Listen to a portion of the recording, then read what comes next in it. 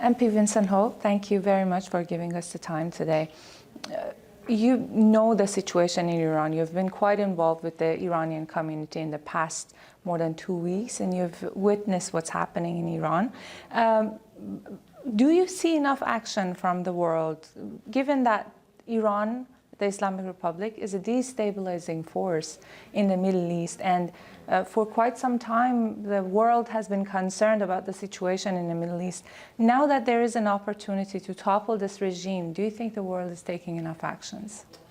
Well, I think the world needs to take more action, absolutely, and we want to call on the government, the Canadian federal government, to take more action and do the right thing.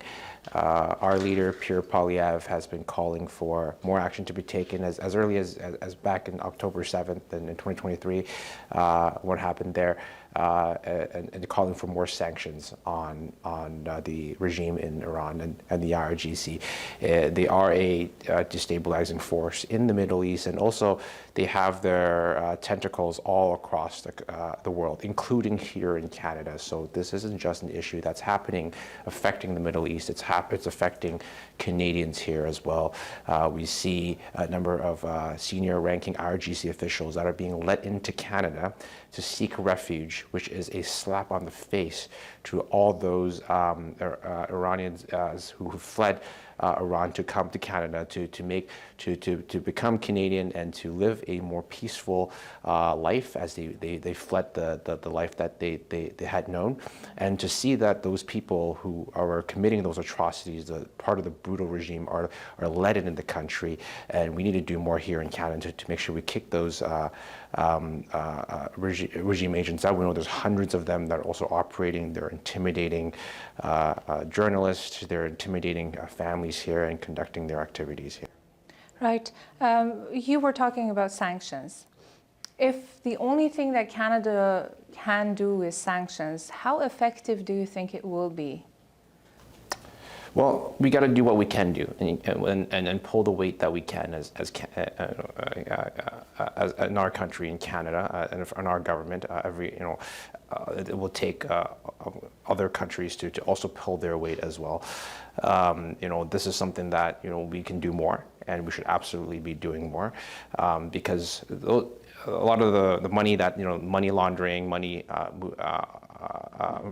fundraising is happening here in Canada, on Canadian soil. So being able to cut off the regime's ability to fundraise and launder money would have an effect on that, and it takes every country's got to do their part in order to make sure that the regime is cut off. And also implementing a foreign agents registry. We've been, as Canada's Conservatives, we've been calling for the government to implement the agency for years now, and that would help build some transparency and to be able to crack down on the foreign interference that's happening here on Canadian soil. And we've seen unfortunately, the government has not been taking it very seriously. They finally have some plans after several years of delay, and we're seeing fines of a meager $50 for violating the law. So we want some more serious action for those who are interfering in our country. Right. I've seen you take part in demonstrations that is happening in Toronto. Mm-hmm. Hundreds of thousands of Iranian Canadians were on the streets within Canada. Why do you think these demonstrations is helpful and important to continuing the pathway that the people of Iran are taking? Well, we have to make sure that the brave people, the freedom-loving people of Iran know that their voices are heard and that they have our support, and having those, being at those demonstrations and showing the support to the community here in Canada, but also standing in solidarity with the people in Iran, and to show them that there is support internationally abroad, that their cause is just and that their sacrifice is not in vain. And so being able to stand in solidarity with the community, and many of them have family in Iran, their friends in Iran, they're completely shut off by the internet and power outages that the regime is brutally using as a tactic to silence the truth and silence the media and silence all the atrocities that they have committed, and they're likely committing right now as we speak. So to me, it's an honor to be able to stand with the community. And this is, we see people from all backgrounds, right? It's not just people from the Iranian Canadian community. We see people from all backgrounds standing in solidarity, because this is more than just about Iran. This is about freedom. This is about the Iranian people's right to choose their own future, and so the cause is much greater than just the folks back home in Iran. And for my last question, among the killed in Iran was a Canadian. Yeah. And we only saw a few statements, a few messages of condolences from the government of Canada. We haven't seen any action yet. We're yet to see it happen. Do you think that there should be something happening from the government of Canada in order to condemn what's happened in Iran?